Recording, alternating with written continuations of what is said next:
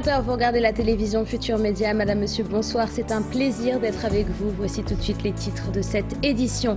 L'actualité de ce dimanche 25 avril, marquée par la célébration de la journée mondiale de lutte contre le paludisme. En 5 ans, le Sénégal a bien évolué et enregistre une baisse de 48% sur le taux de mortalité. Des résultats encourageants et le meilleur reste à venir puisque le pays s'apprête à utiliser une nouvelle méthode de diagnostic basée sur la biologie moléculaire. Les détails en début d'édition. Incendie à l'hôpital Magatte-Lô de Linguère, une catastrophe qui a conduit à la mort de 4 nouveau-nés du service pédiatrie. D'après l'ancien pompier Amadou Canardiop, le pays n'est pas suffisamment préparé pour répondre de manière efficace aux catastrophes et aux incendies, puisque selon lui, seuls 2 hôpitaux assurent de manière régulière la maintenance de leurs équipements de secours. Permettre aux étudiants de l'université Cheikh Anta Diop de vivre dans un environnement sain et propre, c'est l'objectif que s'est fixé le directeur général du COUD qui annonce le lancement du concept baptisé « Une chambre, une poubelle ». Maguette Sène s'est exprimé à l'occasion de la célébration de la Semaine mondiale de l'arbre. Vous l'entendrez dans ce journal. Quartier Général, une émission que vous pouvez suivre tous les soirs et qui bat tous les records d'audience au Sénégal. Un talk show spécialement conçu pour le mois de Ramadan et qui nécessite de gros moyens puisque chaque soir, Pape Cheikh Diallo et son équipe reçoivent de nombreux invités. La rédaction de la télévision Futur Média s'est invitée dans les coulisses de l'émission la plus regardée au Sénégal. Un reportage spécial que vous pourrez suivre en fin de journal. Voilà pour les titres de cette édition. Restez avec nous. Le développement, c'est dans une poignée de secondes.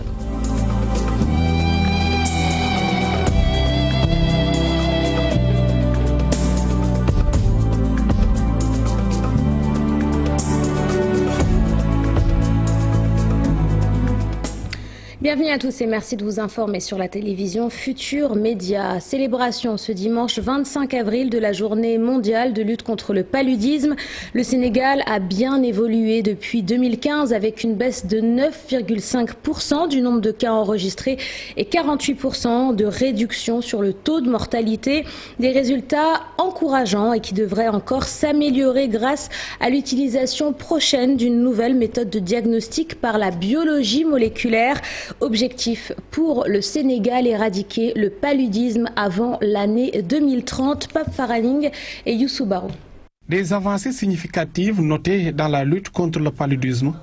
Un résultat obtenu grâce à une stratégie globale par tous les acteurs. Se satisfaire entre 2015 à nos jours d'avoir une réduction drastique du nombre de cas de paludisme sur l'ensemble du territoire national, avec une réduction d'environ 9,5% sur la totalité des cas que nous recevons au Sénégal, avec plus de 48% de la réduction du nombre de décès. Et là, il faudra s'en féliciter et remercier tous les partenaires.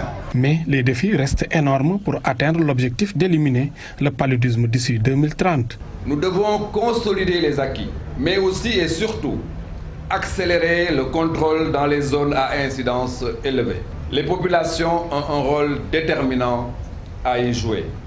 Je voudrais particulièrement les inviter à accompagner toutes les initiatives destinées à lutter de manière efficace contre le paludisme. Grâce à cet appareil LAMP, la lutte va être plus efficace. Donc avec cette technique LAMP, on va pouvoir identifier, diagnostiquer n'importe quelle parasitémie pour toutes les espèces de plasmodium.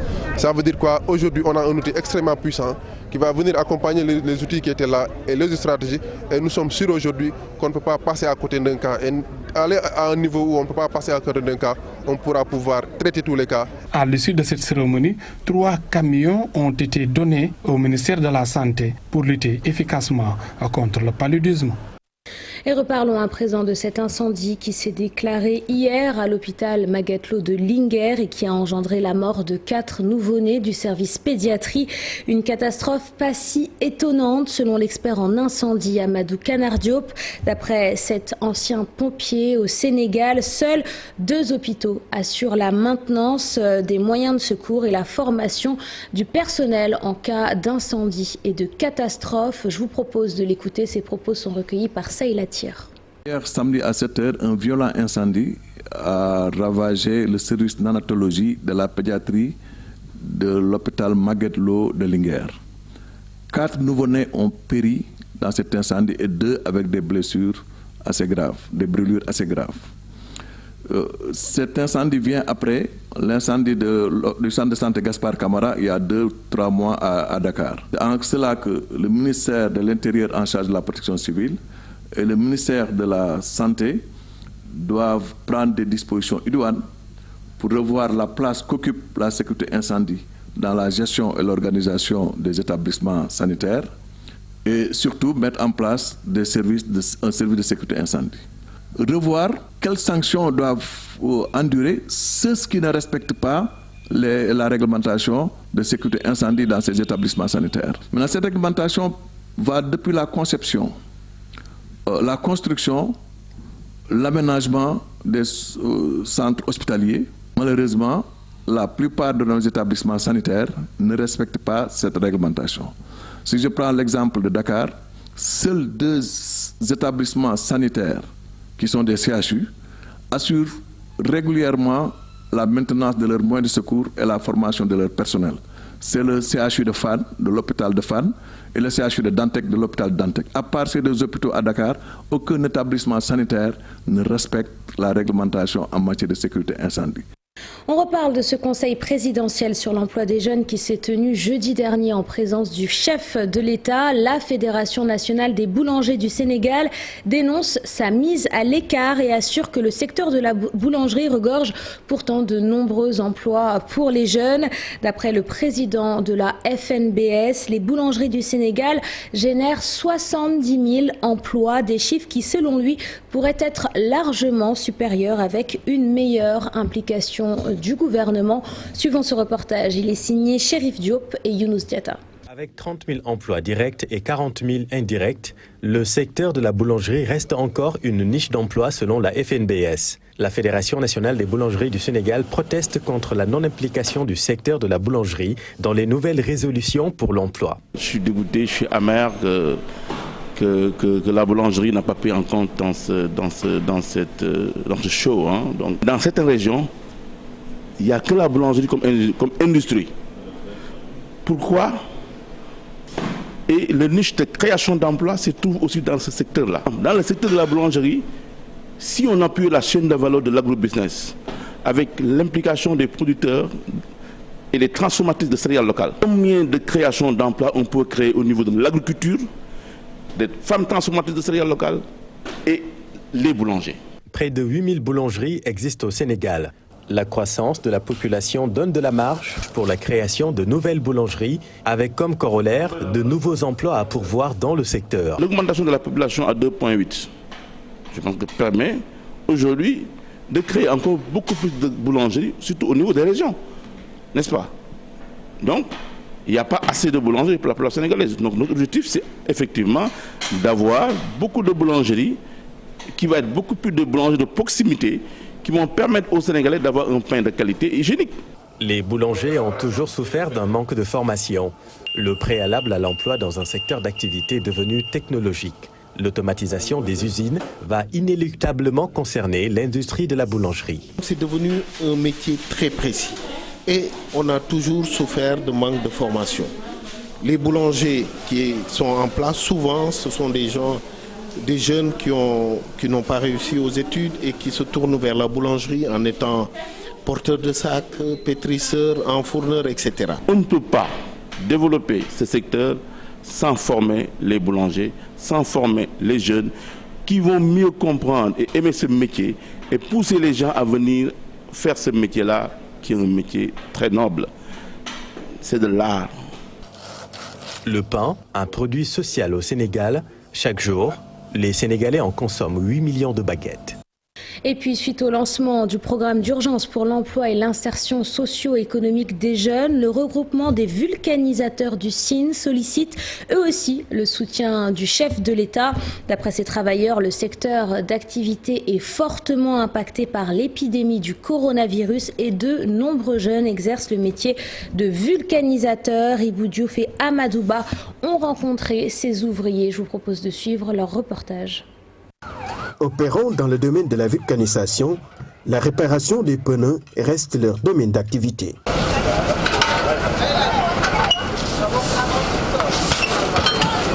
Mais la pandémie du coronavirus a impacté leur secteur. Concernant la relance de l'activité économique, donc au contexte de la pandémie Covid-19, on a vu qu'il a impacté plusieurs domaines, notamment notre domaine qui concerne celui de la réparation des pneus.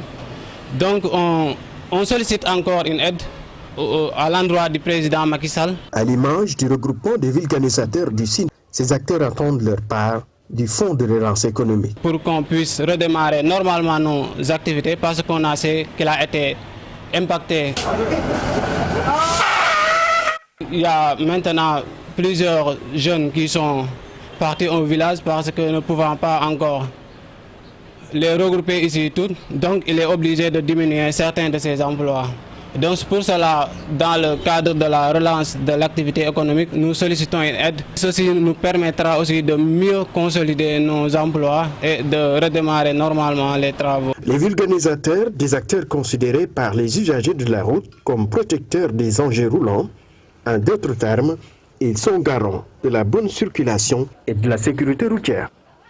Polémique autour des 450 millions de francs CFA octroyés par le gouvernement aux conducteurs de moto Jakarta. Le réseau sénégalais des organisations des usagers des deux roues donne ses précisions. D'après le président de l'organisation, ces 450 millions de francs CFA sont bel et bien disponibles et seront bientôt distribués aux différents membres du réseau. Écoutons à ce propos Mamadou Ndiaye, il est au micro de Modou Diop. Derrière les financements, derrière les financements qui ont un principe conscient. L'argent est disponible, mais avec les lenteurs administratives, c'est pourquoi l'argent est bloqué. Dans les prochains jours, va être débloqué et envoyé au destinataire. Ça, c'est un manque d'information par rapport à la situation. Mais nous avons pris nos responsabilités parce que nous savons ce qui se passe par rapport à l'argent et nous savons que l'argent est disponible. Général de la délégation à l'entrepreneuriat rapide, critiqué ces derniers jours pour sa stratégie de financement. Cette fois-ci, c'est au tour du coordonnateur du Forum civil de s'exprimer. Birahim Seck demande à Pape Amadou Sarr de publier la liste des bénéficiaires afin de lever toute ambiguïté. Pour Birahim Seck, la transparence est fondamentale dans la gestion des deniers publics. Je vous propose de l'écouter. Il est au micro de Mamadou Fall.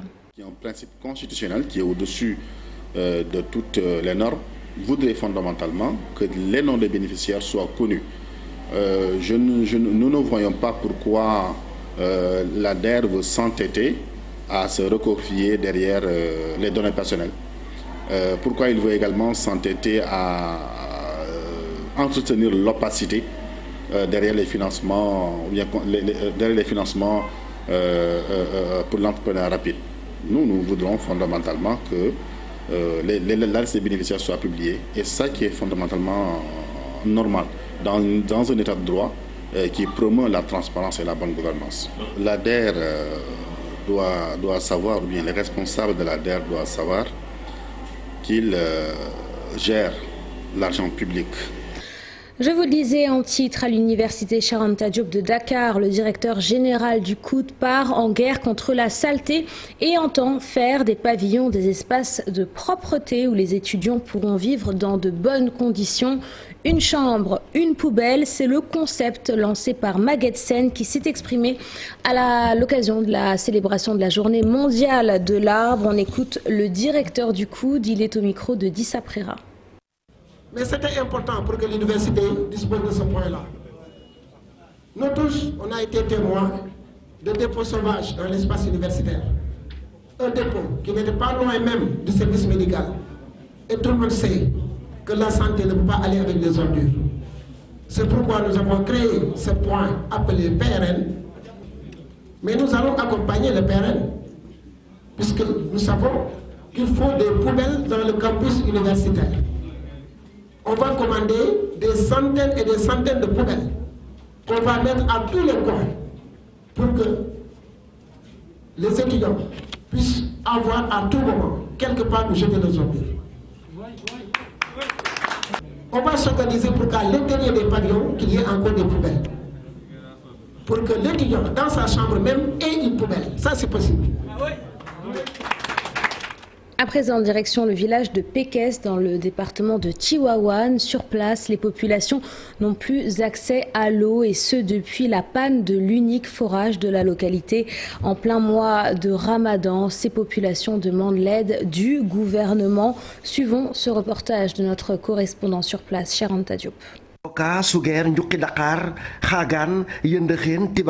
Les habitants de ces villages de la commune de Pékès traversent de durs moments. Le forage qui polarise ces villages n'arrive pas à satisfaire la demande des populations. Le monde rural ne peut se développer sans avoir de l'eau en quantité suffisante et en qualité pour faire l'agriculture et l'élevage qui sont les leviers du développement de notre localité.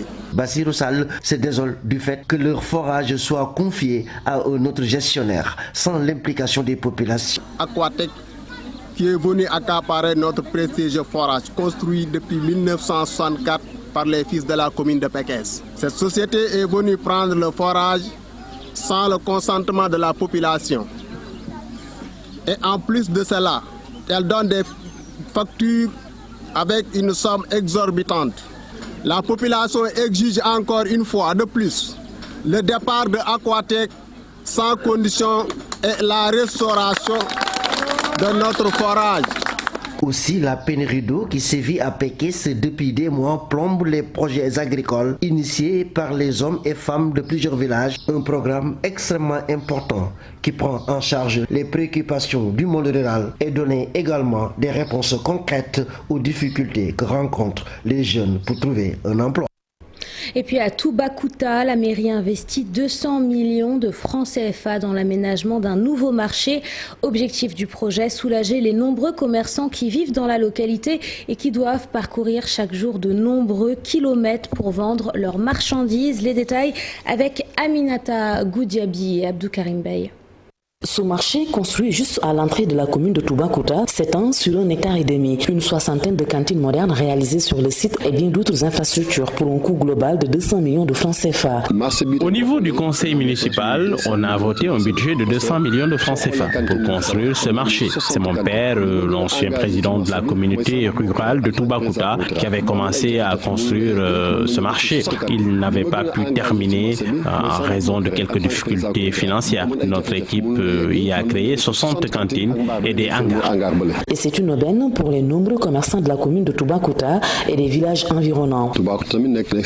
Toubacouta est un chef-lieu d'arrondissement qui avait besoin d'un marché digne de son nom. Ce sont nos commerçants qui se rendent au niveau des marchés hebdomadaires de Sokone, Passy, Touba, Nding, entre autres. Vous savez, nous avons les produits halieutiques et agricoles, la noix d'acajou aussi.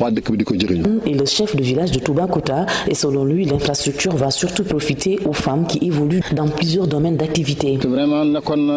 Ce sont les femmes qui en ont le plus besoin. Elles ont toujours réclamé un marché.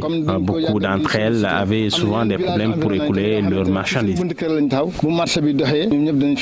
Les recettes de la commune vont aussi s'améliorer avec l'implantation de ce marché moderne. Avec un marché qui va fonctionner 7 jours sur 7, nous allons booster nos recettes. Une commune comme la nôtre qui s'agrandit de jour en jour en a besoin. Mais les cantines, nous allons les louer à des prix raisonnables, c'est promis. Et le maire rappelle que les travaux de construction de ce marché ont duré 3 ans. À présent, le dossier de la rédaction qui ce soir s'intéresse à la problématique de la gestion foncière au Sénégal. Dans le département de Rufisque, de Tivaouane Peulh à Diakhaï, en passant par Bambilor, Yen et Sagalkam, on assiste régulièrement à des différends entre promoteurs immobiliers, autorités territoriales et population. Alors pourquoi l'accès à la terre pose-t-il autant de problèmes? Comment régler cette mésentente entre les populations et les promoteurs immobilier, élément dans ce dossier. Il est signé Abdou Diouf Diagne et Ahmadou Bamba Diop. Ces scènes de désolation sont devenues fréquentes à Rufisque. Le département est en proie à des conflits fonciers répétitifs. Des populations autochtones montent souvent au créneau pour dénoncer des spoliations foncières. La dernière famille qui a fait les frais est celle de El Hadji Ousmane Beng. Tout est parti du dossier problème des 94 milliards. Pour mon titre foncier 1451 a été immatriculé en 1956 par qui? Par Ousmane Beng et consorts. Madame famille Mbokour Diaye. Ce terrain en question, Madame Dansi Doudoulo Hamne le metti la. Ku causé lolu, ku ñu wax SAEM. SAEM Djili Mbaye moko mom de connivence avec son cousin, l'ancien président de la République, monsieur Abdou Diouf. Mu présenté kooku def pour décret présidentiel exproprié ko comment exproprié xam nga Djili Mbaye exproprié il est exproprié alors que les véritables propriétaires ñoom amuñu ci dara. Un autre conflit s'est déclaré depuis 2017 à Tivaouane Peulh. Plusieurs maisons ont été démolies, mettant ainsi plus de 1596 familles dans la rue. Après une rude bataille sans succès, le collectif qui les regroupe menace d'occuper de force les 20 hectares promus par le chef de l'État en 2019 pour le recasement. Le président a demandé à ce qu'on nous donne les 20 hectares. Le gouverneur n'a qu'à respecter la volonté du président de la République. Sinon, il nous aura en face et on ne va plus reculer. On ne va plus reculer. C'est le président qui nous a donné les 20 hectares. Les 20 hectares, ce sont les nôtres. Ce n'est ni plus ni moins qu'une arnaque exercée par des agents de l'État sur des familles lébous, détentrices légales des terres convoitées. On voit tous les registres qui ont été falsifiés, qui ont fait l'objet de mutations, des affectations arbitraires, des échanges qui ont été effectués sous un label d'une escroquerie bien planifiée. Et cette escroquerie, comme je l'ai dit, dans un état de concussion qui pointe du doigt la culpabilité des agents de l'administration domaniale, cadastrale et urbaniste à la fois. Voilà un secteur gangréné, est vraiment gangréné par la corruption et un peu, je m'excuse du terme, et un peu par la délinquance, parce que ce qui se passe, ce n'est rien d'autre que de la délinquance. En collaboration avec les maires, des gens sous des prétextes, je ne sais pas quoi, te disent que non, nous on a notre bail, non, on peut faire ceci, non. Mais c'est pas possible ça. Ces problèmes fonciers finissent souvent devant la justice. Ils seront sans suite. Certaines familles menacent de faire justice elles-mêmes. Ça ne passera pas, parce que nous sommes, le Sénégal là, c'est un pays de droit. Alhamdulillah, il faut nous profiter de cette justice, de gagner à confiance. Parce que nous avons besoin terrain bi di def lu leen neex ñu den songu bu ci rendre suñu justice. La SNHLM xam na ne xel na moom li muy joxe moom ko moo sa il est incapable de donner des actes notariés. Lan lay joxe des permis d'occuper sur un titre privé. Il faut être la SNHLM pour le faire. Seul le président amatuñu interlocuteur bu ñu mën a waxal ku dul le président def ñu ngi koy interpeller directement. Mënatuñ toog sama waay ñëw di jàkkati suñu suuf bu ñu fa demee ñu ni menacé mais loolu loo xam ne ça suffit. Pour un souci d'équilibre, nous avons tenté de joindre les services et structures de l'État accusés, mais nos tentatives sont restées vaines. Deuxième conférence Ramadan organisée par l'association Solidarité musulmane de la commune de Point-E, un événement animé par les juges Souleymane Teliko et Iman Dari Diop. Le thème de la conférence, la dimension spirituelle dans l'acte de juger et réflexion sur le jugement islamique par rapport au jugement laïque. Mouhamadou Moustapha Sek est l'un des membres de l'association Solidarité musulmane. Je vous propose de l'écouter. Ses propos sont recueillis par Al-Hassan Ba. La mosquée du Point, sous l'égide de l'association Solidarité musulmane du Point, organise chaque année des séries de conférences durant le mois de Ramadan.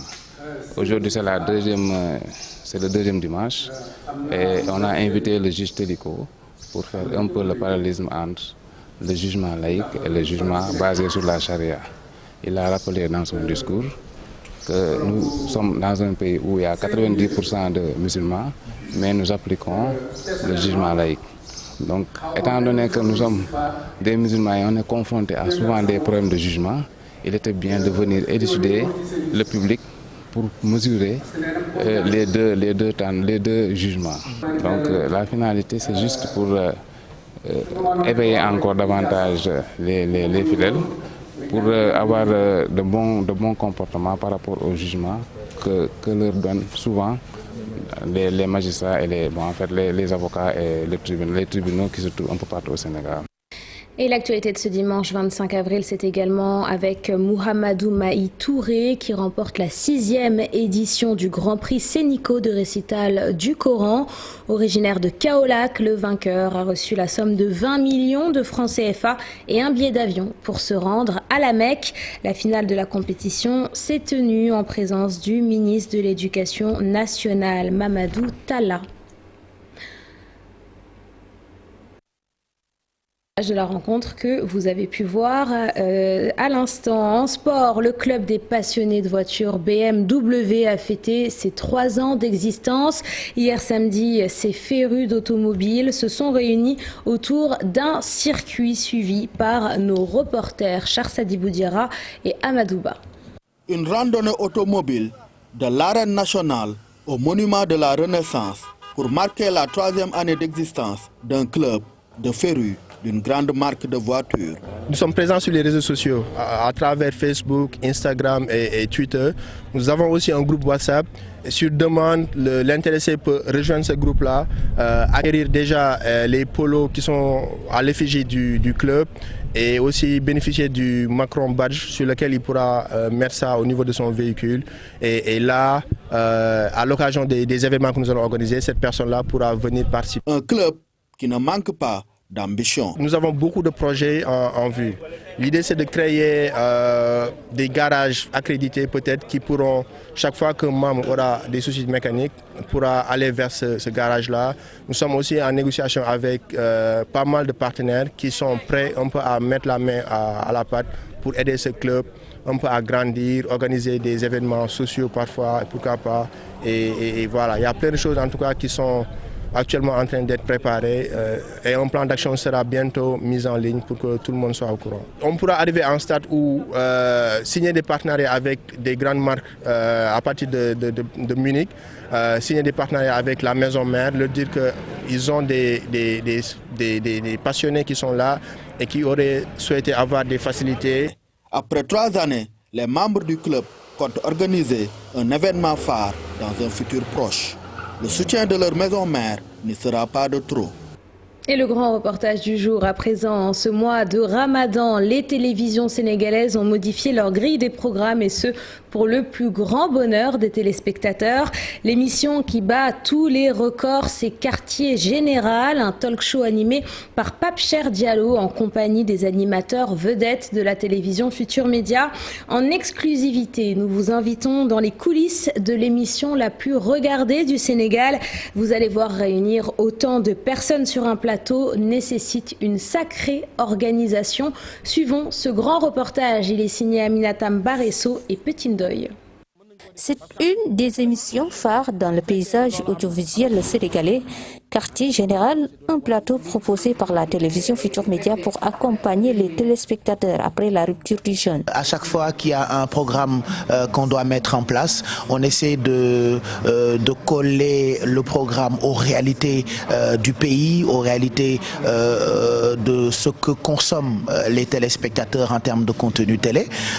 Donc depuis 2016 déjà, nous produisons cette émission qui cartonne. Des plateaux, du contenu, toute une alchimie pour accrocher et satisfaire les téléspectateurs. En termes de décor, on a innové en termes de contenu, on a innové en termes de thématique. Cette année, la grande innovation est le plateau, le setting. Je pense qu'on a eu beaucoup de bons retours sur comment on a organisé ce plateau avec le leadership effectivement de Pape Cheikh Diallo qui porte cette émission-là. 6 années d'existence, Quartier Général fait des émules au grand bonheur des concepteurs et animateurs de l'émission. C'est une bonne chose parce que en réalité, ça permet à tous les Sénégalais, toutes les familles de se retrouver devant le petit écran pour vraiment suivre une émission très intéressante, très interactive. Avec cette prolifération de Quartier Général sur les autres chaînes, on s'est dit pourquoi pas faire encore mieux pour satisfaire les téléspectateurs. Quartier Général, 6 années d'existence. Une révolution dans le paysage audiovisuel sénégalais, surtout en période de Ramadan. Et votre émission Quartier Général que vous pourrez suivre ce soir à partir de 22h30 sur notre antenne. C'est la fin de cette édition. Merci de l'avoir suivi. Merci de votre fidélité. Je vous souhaite de passer une excellente soirée et un très bon début de semaine.